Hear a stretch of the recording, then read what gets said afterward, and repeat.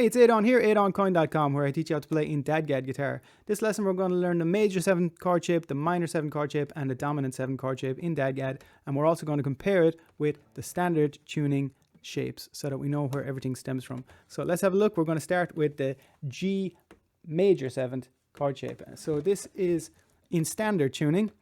We have this shape. When we go down to DADGAD, the low E has gone down to a D, the high E has gone down to a D, and the high B has gone down to an A. So in this chord shape, we just have to worry about the low D string and the high A string. So what's happened? They've gone down one tone, so that's 2 frets. So we can look at the chord shape in DADGAD. This is our G major 7 chord shape. So let's have a quick look at where it comes from. The inside D and G strings have not changed, if you want to look at that. So it's just going from this shape to this shape. And we can bar that instead. It's much handier to bar, I think, with your first finger instead of playing with your first and second finger, third and fourth. But whichever is handiest for you, I prefer to bar it. So then going on from here, we can look at our G minor 7 shapes in standard.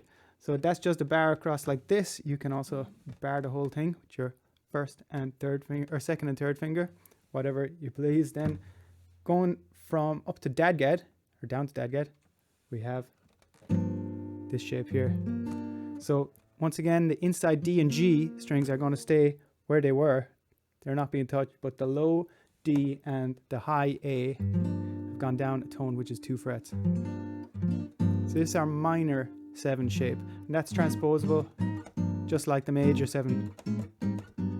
So we're just using G here as an example. So we have the G minor 7. So let's go on to the dominant 7. So this is our dominant 7 shape in standard. So what's happening again? You just have to focus on that low D string, high A string.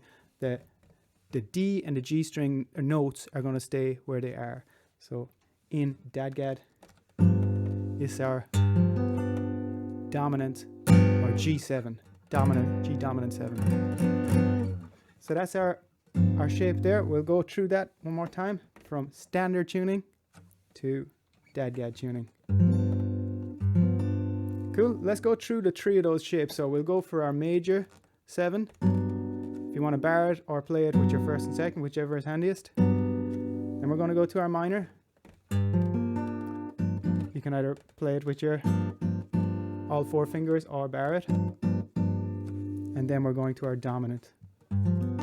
So G7 in DADGAD. So that'd be the 3 that would be good to practice, going from the major to the minor to the dominant. Major, minor, dominant. I'll go through them one more time. Here's the major, minor, dominant. Or if you wanted to bar it, major, minor, and then you'd have to change for your dominant. And then just go up the neck, major, minor, dominant.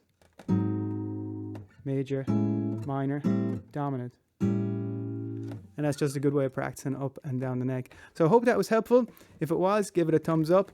If you have any questions, leave a comment below. I answer every one. And do subscribe to the channel for more DADGAD videos. I will be showing you how to link all of these chords into tunes and actually utilize them in future videos. So do have a look out and keep an eye out for that. I'll see you on the next one. All the best.